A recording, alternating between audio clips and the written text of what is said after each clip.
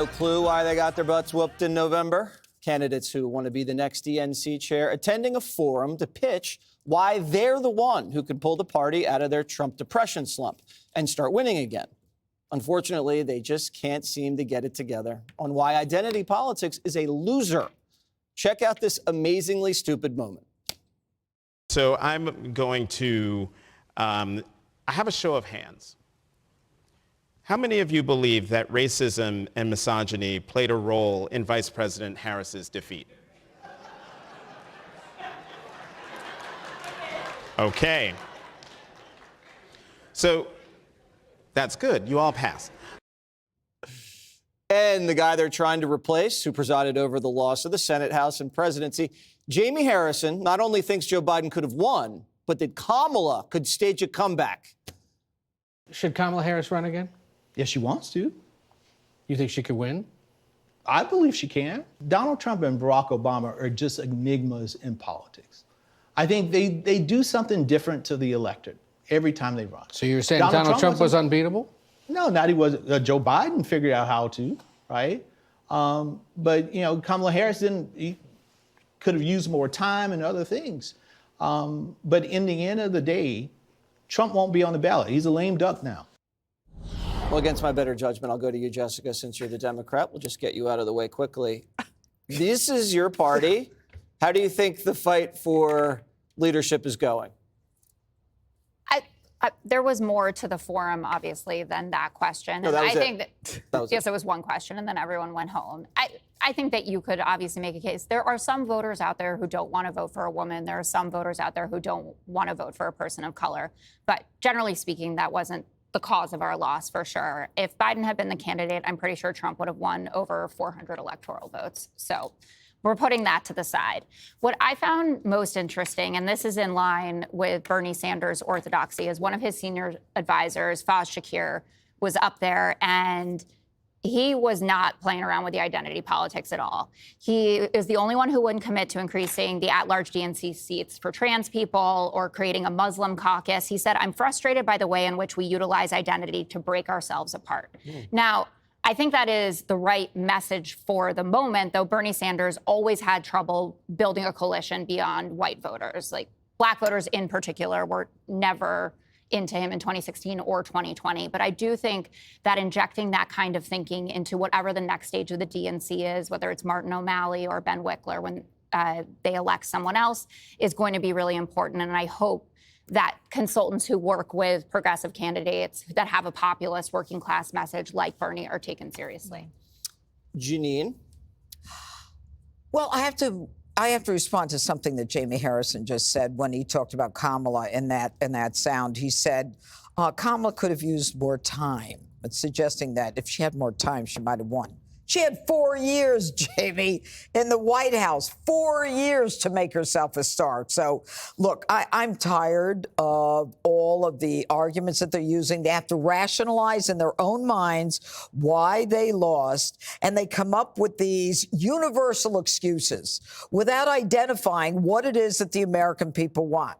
We want a good economy. We want the border closed. We want crime to be, criminals to be locked up after they're arrested if they can't make bail or if they're from another country. They lied to us about a radical agenda and and they're lazy and inarticulate. OK, that's who Kamala was anyway. So stop with the generalizations. There's a million reasons why. And they're so smart, they should analyze them. Katie, we sometimes joke about, I have advice for the Democratic Party. And, no, don't tell them advice.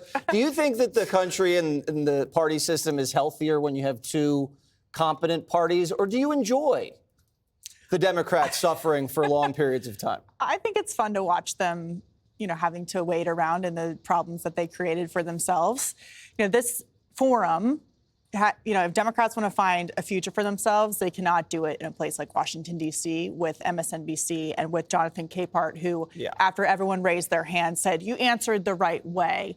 He's at the Washington Post. They have to get out of this D.C. bubble with the media there, which is the most far-left radical faction that we have in this entire country. They are concentrated there.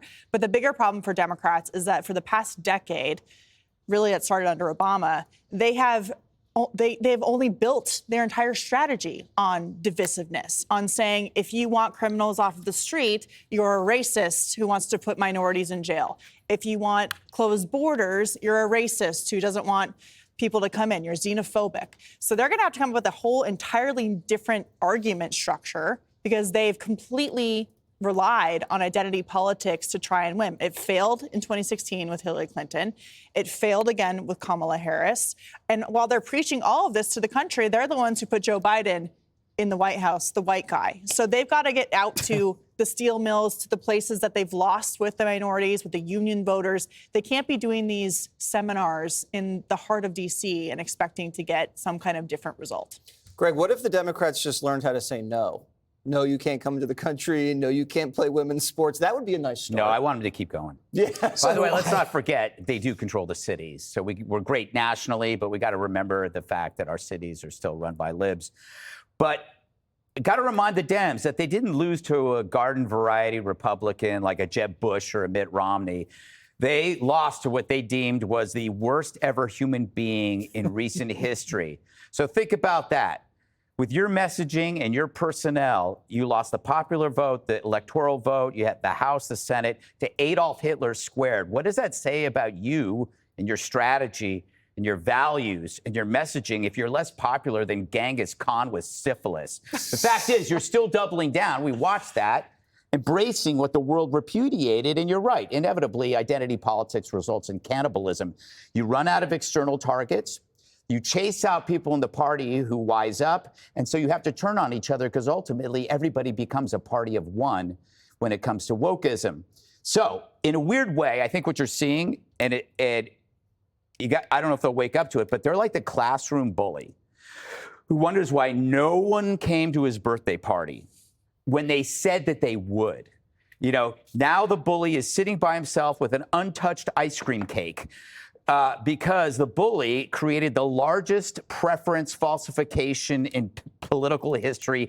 No one wanted to tell them that they suck. So they thought they were ascendant, they thought they were loved, they thought they were admired, and people just nodded along because they didn't want to talk to you. Everybody around you lied to you.